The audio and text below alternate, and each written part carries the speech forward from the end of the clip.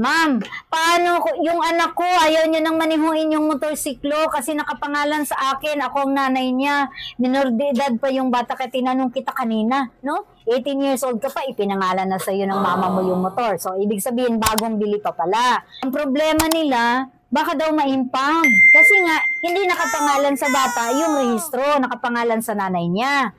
Nagtanong din tayo from the higher ups, yung mas nakakaalam sa atin, nag-clarify tayo kung ano ba yung batas. Ang sagot naman nila ay okay lang kung hindi sa'yo nakapangalan, hindi mo naman binili. Diba? Pinagamit sa'yo. Kahit na bago siyang bili, kahit na installment siya sa dealer, walang problema. Ang importante doon, may lisensya tayo na may code para doon. Ibig sabihin, angkop yung lisensyang hawak natin dun sa sasakyan or motorsiklo nating minamaneho. Pangalawa is updated yung rehistro. Isasabihin mo na, may ginabsila ko. Naka-transfer na ito.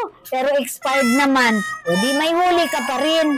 Violation pa rin. So kung halimbawa may amnesty tayo, yun aking personal na pagkakaintindi, may amnesty din sa paghuli. Ang mag-start ngayon is yung ngayong araw, halimbawa bumili ka, ngayong araw ka bumili, dapat within 20 working days, hawak mo na yung rehistro.